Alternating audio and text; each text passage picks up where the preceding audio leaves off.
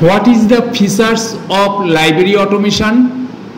Some of the important features of library automation are: number one, library automation is a continuous process.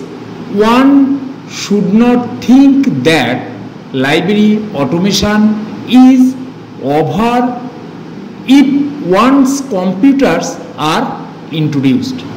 Number two, it changes the total functioning of the library system. Number three, it helps to keep the library professionals up to date in their activities. Number four, it keeps the librarians aware of the latest hardware and software developments. Number five, it gives an idea of overall picture through networking process. Thank you.